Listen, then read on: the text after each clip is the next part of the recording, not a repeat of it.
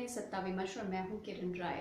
नेपाल और भारत के बीच टकराव इतना बढ़ा कि नेपाल ने फाइनली अपने कॉन्स्टिट्यूशन में अमेंडमेंट किया और भारत के 3 इलाकों को अपने नक्शे में शामिल कर लिया। बात यहीं तक रहती तो काफ़ी था, लेकिन अब जो बिहार के जल संसाधन मंत्री हैं संजय झा, उनका एक बयान आया है जो काफ़ी डराता है, हमें चेताता भी है। उसमें उन्होंने कहा है कि गंडक बैराज को लेकर नेपाल अपने बात पर अडिग है और जो भी मटेरियल्स वहाँ सफाई के लिए जाते हैं, बांध की सफाई के लिए भारत के 18 गेट साफ हो चुके हैं और वहाँ 18 गेट जो हैं उनकी सफाई के लिए जो भी सामान जाते हैं उसको लेकर नेपाल ने मना कर दिया है। वो अपनी बात पर अडिग है, वो भारत की एंट्री नहीं करने दे रहा है। ये चिंता का सबब है। इसी मुद्दे को लेकर, इसी बात को लेकर आज हम चर्चा करेंगे और हमारे साथ हैं प्रवीण कुमार। प्रवीण जी, अभी जैसा मैंने कहा कि बिहार के जल संसाधन मंत्री संजय झा ने गंडक बैराज को लेकर जो कहा है वो चिंता का सबब है पूरे देश के लिए, खासकर बिहार के लिए, जहाँ पे अक्सर बिहार में बाढ़ की स्थिति बनी रहती है मानसून का जब भी सीजन आता है। तो क्या इसको किस तरह से नेपाल अपनी बातों पर अडिग है, हमारी एंट्री नहीं होने दे रहा है? हाँ, इसमें दिक्कत ये है कि बाढ़ की समस्या बिहार में बहुत गंभीर है और वो समस्या नेपाल से आने वाली जो नदियां हैं और जल स्रोत हैं उसी से होता है। लगभग 600 नदियां और जल स्रोत जो हैं वो नेपाल से हमारे सीमा में प्रवेश करके और वो गंगा में समाहित हो जाती है। तो इसलिए अब इसको तो थोड़ा इतिहास से समझना पड़ेगा। आज़ादी के बाद अगर बात करें तो भारत में कोसी को लेके, और कोसी और गंडक 2 ऐसी नदियां हैं जिससे हमारे देश में समस्या ज्यादा होती है बाढ़, और वो खासकर बिहार में ही होती है। बिहार में तो इसको लेके जब देश आजाद हुआ तो पंडित नेहरू ने इस पर सोचना शुरू किया कैसे क्या करना है, नहीं करना है। तो उन्होंने एक कोसी का जो है मसला है कि 1953-54 में कोसी परियोजना का शिलान्यास किया गया। और उस समय आप देखेंगे कि उस समय पंडित नेहरू ने क्या कहा था। पंडित नेहरू का कहना था कि अगले 15 सालों में बिहार की बाढ़ की समस्या हल हो जाएगी। मतलब आप सोच लीजिए कि 1953-54 की बात है, ये 1955 में शिलान्यास हुआ है। उसके बाद आप देखेंगे कि सुपौल के बैरिया गांव में 1955 में वो जो शिलान्यास समारोह था वो आयोजित किया गया था और तब राजेंद्र प्रसाद थे, उन्होंने कहा था, राष्ट्रपति थे, उन्होंने कहा था कि मेरी एक आंख कोसी पर रहेगी और दूसरा हिंदुस्तान पे। अब आज सोच लीजिए कि तब से लेकर समस्या आज तक बनी हुई है, वो समाधान नहीं हो पाया है। तो इसका मतलब इन लोगों की नीति तो मतलब सक्सेस नहीं हुई ना।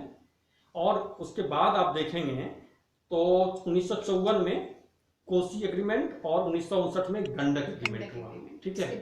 और ये दोनों एग्रीमेंट जो है इसमें ये होता है कि दोनों नदियों के जो बैराज हैं वो नेपाल में है, कोसी का भी गंडक का भी। इसीलिए वो संजय झा बार बार इस बात को कह रहे हैं कि जो गंडक बैराज का जो रखरखाव होता है, बांध का रखरखाव होता है या गेट का रखरखाव होता है, तो उसको वो भारत करता है और वो और बैराज चूंकि नेपाल में है तो उसका मेंटेनेंस हमारे मजदूर जाते हैं, हम सामान को लेकर, मतलब सीमेंट, बालू, ईंट का जो भी होता है वो लेके हम जाते हैं, हमारे मजदूर जाते हैं, वो मेंटेनेंस पूरा भारत करता है। हमेशा से भारत जो है बड़े भाई की तरह रहा है नेपाल, और बैराज पर कंट्रोल भी भारत का होता है एग्रीमेंट के हिसाब से।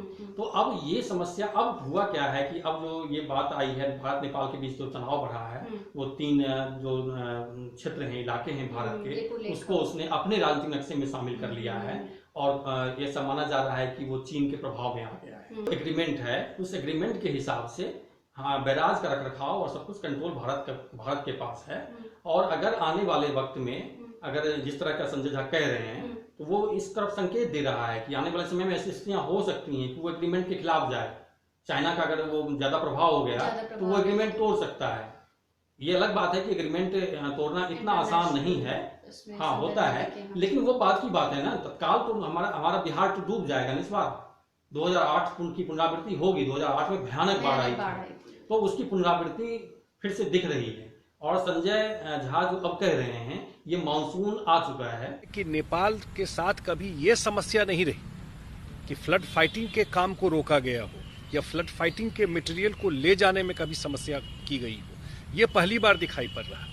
अभी बरसात शुरू हुआ है तो अगर पानी की स्थिति और गंभीर होती गई या हम लोग उसको मैनेज नहीं कर पाए, आपको पता है कि वो अपस्ट्रीम में बैठे है, डाउन स्ट्रीम में पूरा नॉर्थ बिहार है। अब वो कह रहे हैं कि हम प्रधानमंत्री को अब चिट्ठी लिखेंगे कि भाई आप उस मामले को क्योंकि Sort out करिए। होगा तो सेंटर के लेवल पर होगा सेंटर के ना, लेवल पे तो होगा, सेंटर के केंद्र लेवल से। पर चीजें होगी। तो वो अब प्रधानमंत्री को चिट्ठी लिखेंगे, फिर प्रधानमंत्री हमारे नेपाल से बात करेंगे, तो वो तो समय निकल जाएगा बहुत वेस्टेज सारा। ऑफ टाइम होगा और ये तब एक तक तरह तो से। हमारे वो कोसी में या गंडक में इतना पानी आ जाएगा कि तो हमको संभालना मुश्किल हो जाएगा। वही वाली बात होगी कि कारवां गुजर गया वो वार देखते रहे। कुछ ऐसी स्थिति हो जाएगी जिस तरह से संजय झा बोल रहे हैं कि वो चिट्ठी लिखेंगे, उसके बाद क्या होगा वो बात का प्रोसेस है। लेकिन फिलहाल इस पे तुरंत एक्शन, त्वरित एक्शन लेने की जरूरत है। क्योंकि नेपाल अब वो नेपाल नहीं है जो पहले हुआ करता हाँ। था, या जिससे हमारे संबंध ऐसे हुआ करते थे, बड़े भाई और छोटे भाई जैसे। तो अब वो स्थिति बिल्कुल बदल चुकी है। फिलहाल के लिए इतना ही। देखते और सुनते रहिए सत्ता विमर्श।